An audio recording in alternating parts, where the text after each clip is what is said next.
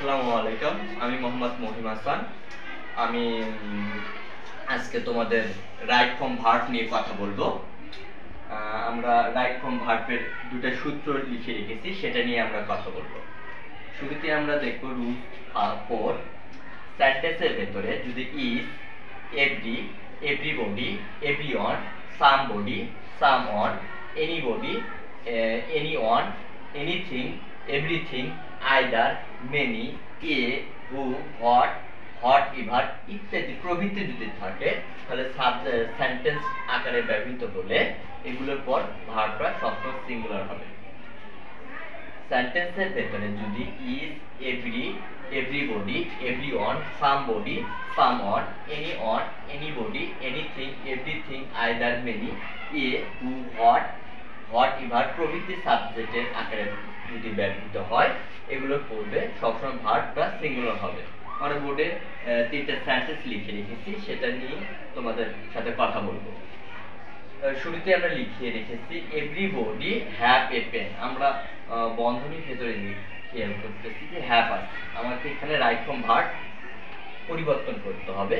আমরা শুরুতে জেনে নিলাম যে এভরি যদি থাকে, তাহলে এই সেন্টেন্সটা যদি সাবজেক্ট আকারে থাকে, এগুলোর ভার্বটা সবসময় সিঙ্গুলার হয়। তাহলে কি হবে?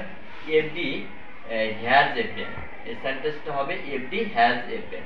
তারপরে আমরা 2 নম্বর সেন্টেন্স লিখতেছি somebody be present there, somebody was present there. কারণ এখানে সামবডি আছে, সামবডি থাকলে আমাদের ভার্বটা সবসময় সিঙ্গুলার হবে।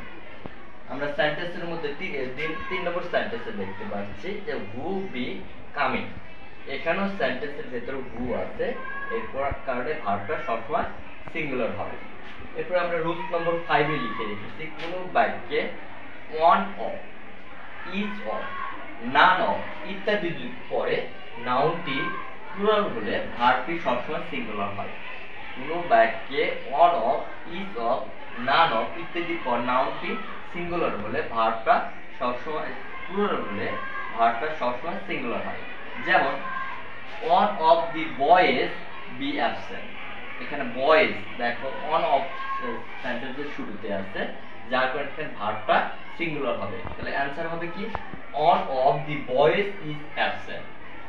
আমরা 2 নম্বর সেন্টেন্সটা দেখতেছি each of the boys have a pen.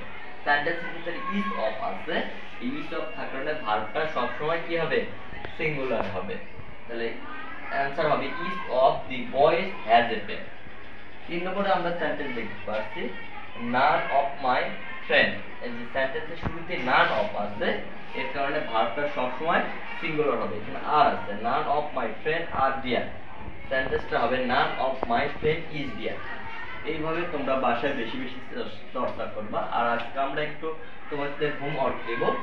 আমরা বোর্ডে 2টা সেন্টেন্স লিখে রেখেছি, এটা বাসায় করবা এবং কমেন্ট বক্সে এর উত্তরটা তোমরা দিবা। Is girl no the answer. এখানে এই যে নো, এখানে রাইট ফর্ম ভার্বটা তোমরা বাসায় করে কমেন্ট সেকশনে দিয়ে দিবা। Every girl solve the problem. এই যে সলভ, এইটার রাইট ফর্ম ভার্বটা করে তোমরা আমার কমেন্ট সেকশনে দিবা। এ পর্যন্ত ভালো থাকো, সুস্থ থাকো। আল্লাহ হাফেজ। আসসালামু আলাইকুম।